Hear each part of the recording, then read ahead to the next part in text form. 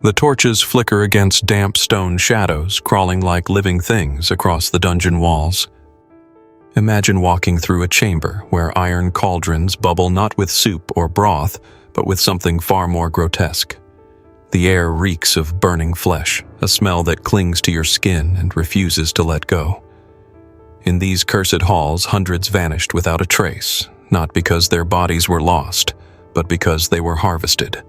Their flesh and fat were rendered into oil, bottled and sold as miracle medicine. Stay with me, because the deeper we go, the darker it gets. And before we step fully into this nightmare, make sure you hit subscribe, because only here do we uncover the horrors history tried to bury. The belief that human remains contained healing power was not a fringe superstition. It was mainstream in Europe from the 16th to the 18th centuries. Nobles, merchants, even physicians endorsed it.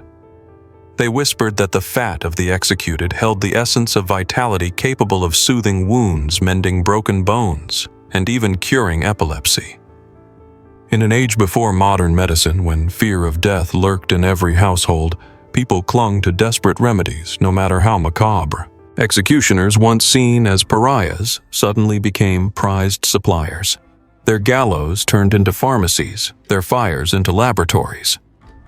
After every hanging, the bodies were stripped, the fat carved, melted over slow flames, and poured into flasks. Apothecaries bought it in bulk, mixing it with herbs and labeling it as unguentum hominis, the ointment of man.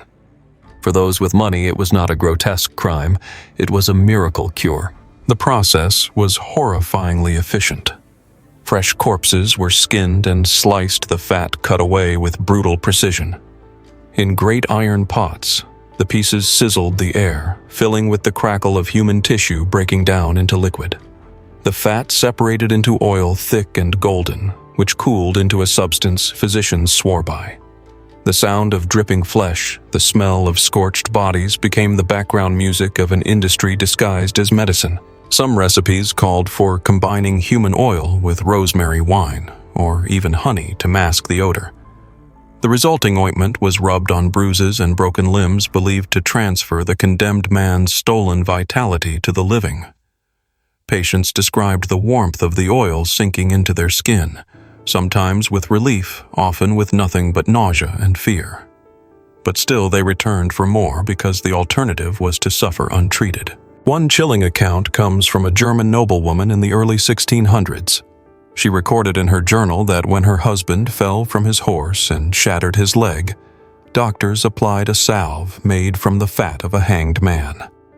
She wrote the smell was foul, like meat left to rot in summer. Yet they swore by its power. I prayed as they rubbed the oil into his flesh, though my heart knew this was witchcraft clothed as healing. Her husband never recovered, but the superstition endured. Markets in major cities began to thrive on the trade. In Prague, Nuremberg, and Paris, execution grounds became supply chains. Villagers and nobles alike paid dearly for jars of man's oil, often labeled simply as axe fat to disguise its source. Apothecaries stacked the jars on shelves beside herbs and powders, their customers pretending not to notice the unmistakable metallic scent of cooked flesh. The horror was not hidden in shadows, it was normalized. Mothers rubbed it onto their children's bruises, farmers slathered it on aching joints, and soldiers carried it into battle as first aid. Human fat was not a dark secret, it was everyday medicine. And because it was so accepted, few questioned where the bodies came from, or how many disappeared without explanation to feed the growing demand. Executioners often cut deals with local surgeons, ensuring steady profits. Some became infamous for keeping cellars stocked with rendered flesh, their cauldrons always burning. A diary from one Bavarian hangman reveals he sold not only oil, but also candles made from human fat, marketed as protection against evil spirits. The grotesque commerce blurred the line between superstition and medicine, between healing and horror. But not everyone was silent. Priests condemned the trade, denouncing it as cannibalism draped in velvet. Families of the executed wept, horrified to know their loved ones' bodies were boiled and bottled. Yet greed drowned out morality. For as long as disease haunted Europe and fear of death outweighed conscience, the cauldrons kept burning, and the oil of the damned flowed into the hands of the desperate. The oil trade spread beyond city apothecaries into rural superstition. In villages across Germany and Poland, whispers claimed that the fat of the executed held magical properties able to cure not only wounds, but also protect against curses. Housewives stored small vials in wooden cabinets, smearing it on doorframes to ward off spirits. Farmers rubbed it into their animals' hides, believing it would shield them from disease. What began as desperate medicine quickly twisted into ritual, merging fear of illness with fear of the supernatural. Executioners became wealthy off this grisly commerce. Once shunned as unclean, they now entertained nobles in their homes, offering samples of freshly rendered oil like prized vintages. Some developed reputations for the quality of their product, boasting of fresher corpses, purer fat, and more potent cures. One notorious executioner in Saxony allegedly had a waiting list of customers who would arrive before dawn on execution days, clutching coins eager for their share of the condemned. The brutality of the process seeped into folklore. Tales spread of cauldrons bubbling through the night, the screams of the dying echoing in the oil, the spirits of the dead tethered to every flask. Some villagers swore that the ointment whispered in the dark, that those who used too much became haunted by faces glimpsed in the mirror, faces not their own. Whether these were hallucinations from guilt or supernatural curses, the fear only fed the legend. Not every patient was convinced of its power. Some reported fevers, infections, or even seizures after being treated with human oil.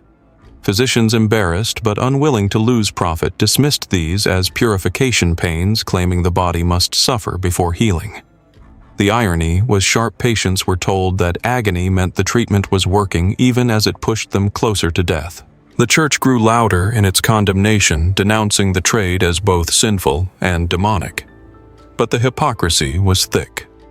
Rumors whispered that certain clerics kept vials for their own private ailments, justifying it as God's hidden gift. In sermons, they thundered against it, but in shadows, they swallowed their guilt. This duality revealed the rot at the heart of society, a willingness to condemn publicly while consuming privately. One infamous scandal shook Vienna when a shipment of oil was exposed as having come not from executed criminals, but from murdered beggars. An apothecary's assistant confessed that when corpses were scarce, they lured vagrants with promises of food, killed them, and boiled them down for profit. The revelation horrified the city, but instead of ending the trade, it merely pushed it deeper underground. Satirists began to attack the practice. Pamphlets mocked nobles, rubbing man's grease into their wrinkles to appear younger, portraying them as ghouls devouring their subjects. Plays depicted greedy doctors stirring cauldrons, while skeletons laughed from the rafters. Laughter became a weapon where sermons failed, exposing the grotesque absurdity of a society that cloaked cannibalism in the language of medicine. Yet even satire could not erase desperation. Mothers with sick children, soldiers with shattered bones, and nobles terrified of aging clung to the jars. For every skeptic who laughed, 10 others knocked on apothecary doors after sunset coins ready. Fear of death was stronger than mockery, and greed stronger than guilt. As Enlightenment science emerged, cracks spread through the superstition. Chemistry and anatomy began offering new explanations for illness, making the oil of man look less like medicine and more like barbarism. Still, some physicians refused to let go, defending the practice with elaborate theories about vital essence and spirit of life. They wrapped horror in Latin words, hoping to disguise their complicity. But the truth could not be silenced forever. Private journals of doctors reveal their doubts. Patients often worsened, sometimes dying under the treatment. One wrote, "We promise them life, but deliver them to death a second time." These confessions, hidden for centuries, expose the chilling reality that the oil of man was never about healing. It was about profit, power, and the terrifying lengths people will go when gripped by fear of mortality. By the mid-17th century, trade in human oil was so widespread that it appeared in official medical texts. Apothecaries listed it alongside herbs and minerals, prescribing it for everything from arthritis to battlefield wounds. Soldiers rubbed it into shattered limbs, while nobles used it as a luxury ointment for bruises and wrinkles. The grotesque had become normalized, death-bottled, and labeled as medicine. The execution grounds became laboratories of horror. After hangings, bodies were carted off, not to consecrated graves, but to cellars where fires burned day and night. Witnesses described the sickening crackle as fat melted the liquid hissing as it hit iron cauldrons. The smell, thick, greasy, metallic, clung to clothes and hair, marking anyone who dared approach the workshops of executioners. Travelers often recoiled at what they saw. A French visitor to Nuremberg wrote, "I saw jars lined like soldiers filled with yellowish grease labeled axe fat. The apothecary spoke of its virtue with pride, yet I could taste bile in my mouth. How could a nation that builds cathedrals also feast upon its dead in this manner?" His words echo the revulsion of outsiders who stumbled into Europe's darkest commerce. But for locals, the trade was rarely questioned. When a child fell from a cart, when a farmer broke a leg, when a noblewoman bruised her skin, the oil of man was the first remedy sought. Families whispered prayers as they rubbed it in, pretending not to notice the chill of dread that accompanied the ointment. To admit horror was to admit helplessness, and helplessness was more frightening than cannibalism. Some accounts speak of rituals surrounding its use. In Saxony, mothers reportedly warmed the oil before dawn and applied it in silence, believing words would weaken its power. In Bavaria, it was smeared onto charms or crosses, mingling Christianity with macabre superstition. Every culture bent the practice to its own traditions, weaving horror into faith until it became inseparable. The trade corrupted even those sworn to uphold justice. Some executioners delayed burials, keeping corpses in cellars until every ounce of fat was harvested. Others sold bones and skin alongside oil, promising new cures for fevers and madness. The condemned were stripped of humanity twice, first by the law that killed them, then by the commerce that consumed them. Not all victims were criminals. Darker whispers spoke of prisoners tortured not for justice but for supply. In famine years, when executions were few vagrants and orphans disappeared, their fat rendered into oil that fetched high prices in desperate markets. The horror was systematic, cloaked beneath the silence of society too afraid to look too closely. Resistance grew, but unevenly. Reformers denounced the practice, arguing it desecrated the human body. Physicians loyal to the Enlightenment dismissed it as quackery. Yet, both skeptics and believers often worked side by side, for profit was a stronger ally than principle. Apothecaries who mocked man's oil in public sometimes sold it quietly in the back room. The hypocrisy enraged moralists. One priest thundered, "They feast upon the damned and call it healing. They anoint themselves with sin and call it grace." His words sparked outrage in his congregation, but whispers later revealed he too had used the ointment for his gout. The corruption reached every level of society, staining both pulpit and throne. By the dawn of the 18th century, Europe began to recoil. Advances in anatomy, chemistry, and surgery offered real treatments, pushing corpse remedies into ridicule. Satirists drew cartoons of nobles rubbing fat into their faces, mocking them as ghouls in fine silks. Laughter finally began to do what morality could not shatter: the illusion that man's oil was anything but horror in a jar. Still, the practice did not vanish overnight. In rural corners of Germany and Eastern Europe, villagers clung to the jars passed down from their ancestors. Some believed the oil worked best if taken from a freshly executed man, his life force still warm within it.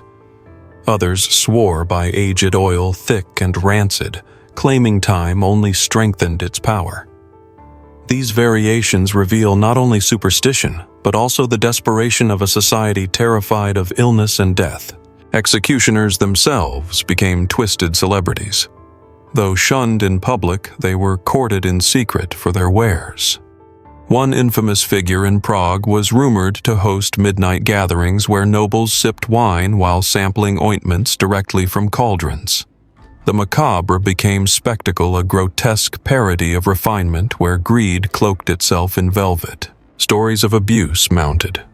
Families of the condemned often begged for proper burial, only to find their loved ones' bodies, mutilated, their fat gone. One widow in Vienna reportedly collapsed upon discovering her husband's remains, reduced to a husk ribs exposed where flesh had been stripped. Her grief became legend in the city whispered, as a warning that justice had become indistinguishable from butchery. The more society recoiled, the more apothecaries tried to disguise their trade. Bottles were relabeled with vague terms: axe ointment, execution, balm, pharmacy grease. Yet the smell betrayed the lie. Customers pretended not to notice, telling themselves it was medicine, not murder. Denial became the final layer of horror, as people clung to health at the cost of their humanity. Physicians recorded conflicting testimonies. Some swore patients recovered miraculously after using the oil, while others noted rapid decline, infection, or death. But science had not yet provided alternatives, and so the debate raged on. In practice, suffering patients begged for the treatment, convinced any chance was better than none. It was not medicine they sought, it was hope in liquid form, in liquid. A disturbing detail emerges in records from Poland. Some merchants sold candles made from human fat, claiming they revealed hidden treasures when burned.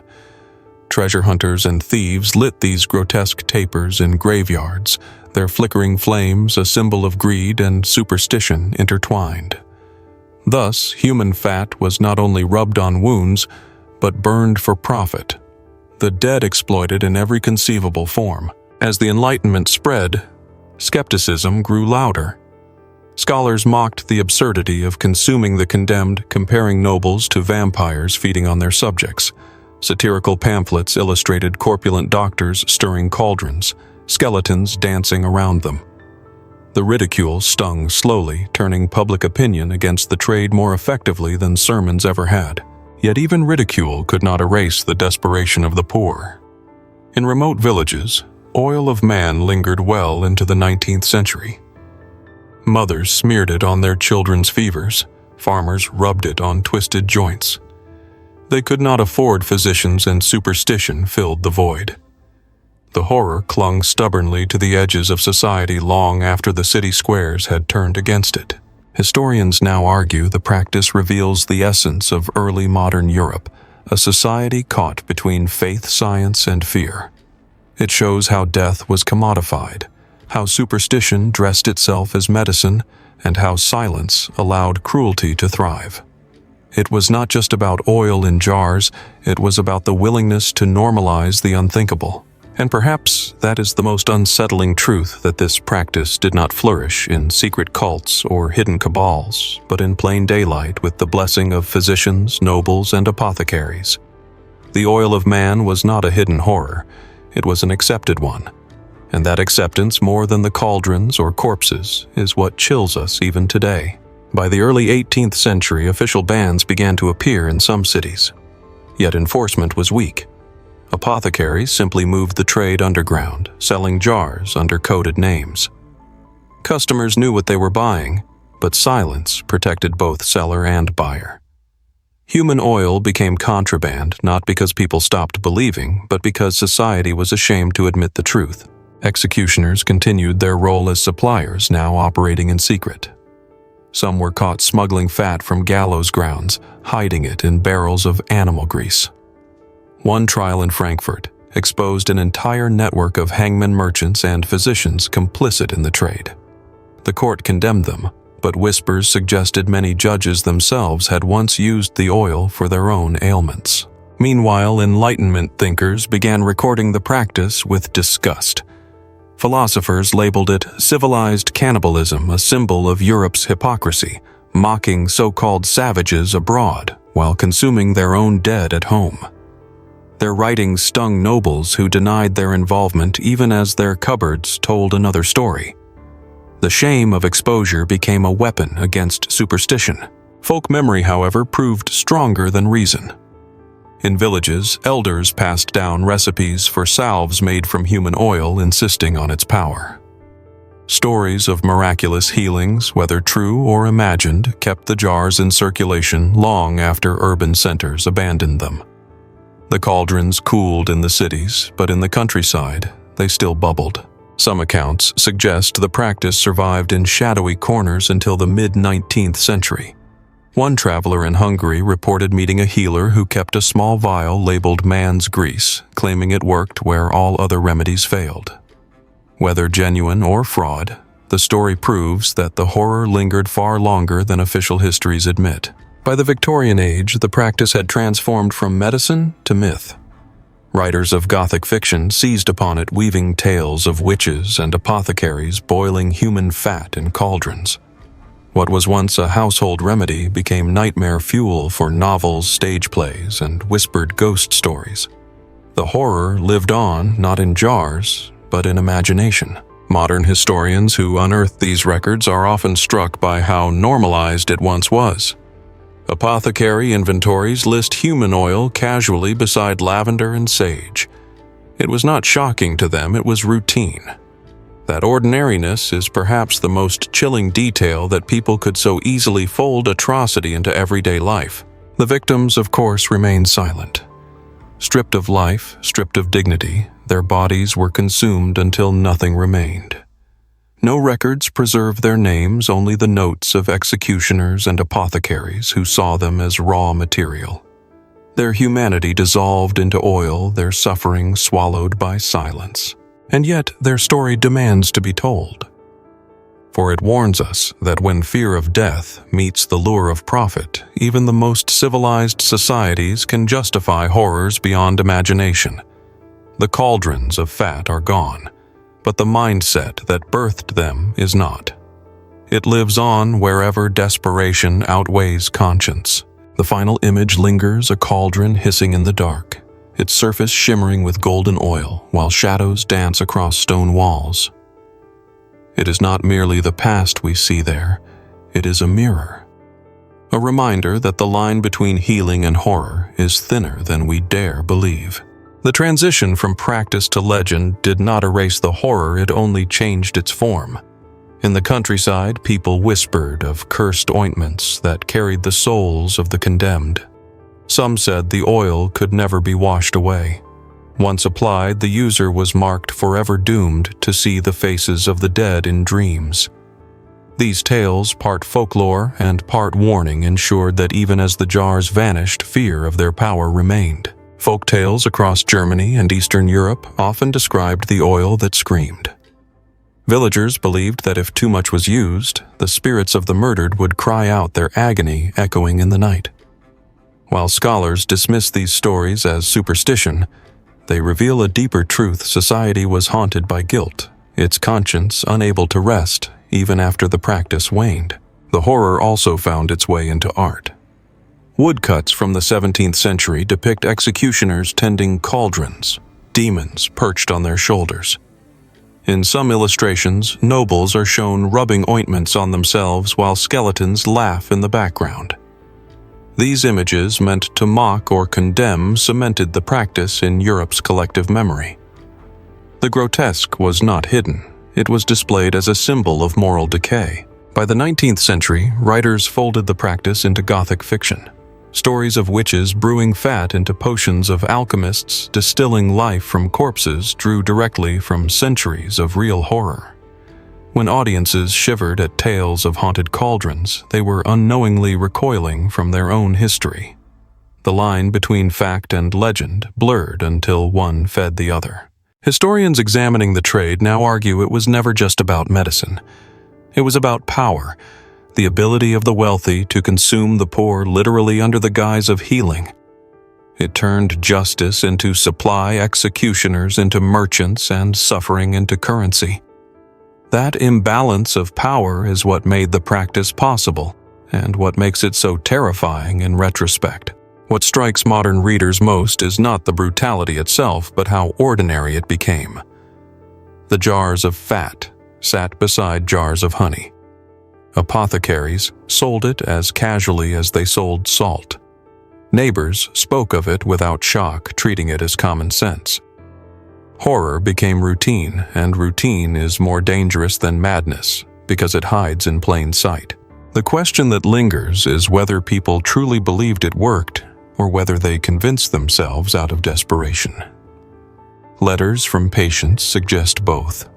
Some swore by miraculous recoveries, while others admitted they felt only shame and revulsion. But the fear of illness outweighed disgust. They convinced themselves that life justified anything, even desecration. One physician's private notes reveal his unease. "I administer this unguent to soothe their fear more than their body. They believe, and so they heal or die believing. I fear we are not curing but lying with blood and grease." His words capture the cruel paradox: medicine had become theater, and the actors were corpses. The eventual collapse of the trade came not from morality, but from progress. As chemistry advanced, as vaccines and true treatments appeared, corpse remedies looked primitive, even laughable. The market dried up, leaving behind only the stench of its memory. Society quietly buried the evidence, hoping to forget what it had once accepted. And yet, forgetting is impossible. The story resurfaces because it reflects a truth about humanity. Desperation can sanctify any horror if only it promises hope.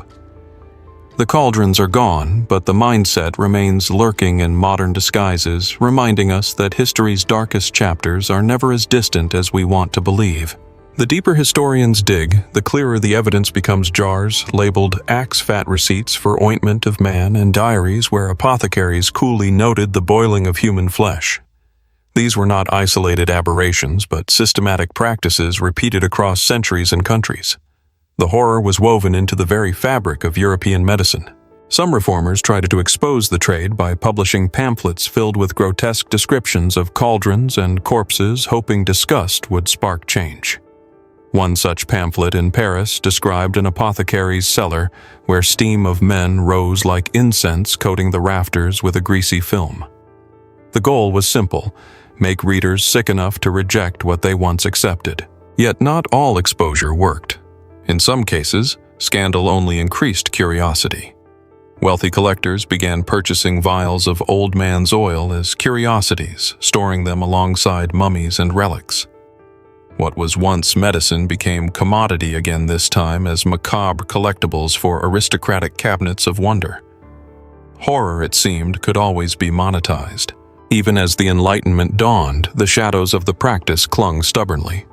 Physicians who publicly mocked the oil sometimes prescribed it in private to influential patients. The hypocrisy was glaring, but silence preserved reputations. The jars changed hands behind closed doors, and the trade survived in whispers long after it had been condemned in public. Folklore shifted accordingly. Where once the oil had been praised as miraculous, new legends painted it as cursed. Stories told of users who withered faster, their bodies consumed by unseen flames. Others swore that thieves who stole vials found their hands blistered as if the dead themselves exacted revenge. These tales may have been exaggerated, but they reveal society's attempt to distance itself from a horror it could not erase. By the late 19th century, man's oil was no longer sold in markets, but the phrase lingered as a metaphor for corruption and greed. To accuse someone of trading in man's fat was to accuse them of profiting from suffering. The words outlived the jars, a linguistic ghost haunting European conscience. Modern science dismisses the ointment as quackery, but anthropologists caution against easy judgment. For the people of the time, it was not madness but medicine. In a world where death hovered in every household, where plague and war struck without warning, hope was the only cure most could afford. And if hope came in a jar of oil, they would buy it no matter the cost. This realization makes the story more frightening, not less. It shows that horror does not need monsters or demons.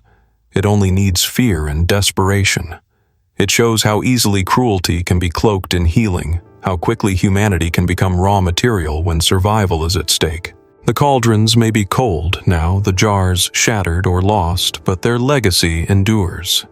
Every time society chooses profit over dignity, desperation over morality, the echo of boiling flesh rises again. History warns us not just of what was done, but of what can be done when we stop questioning.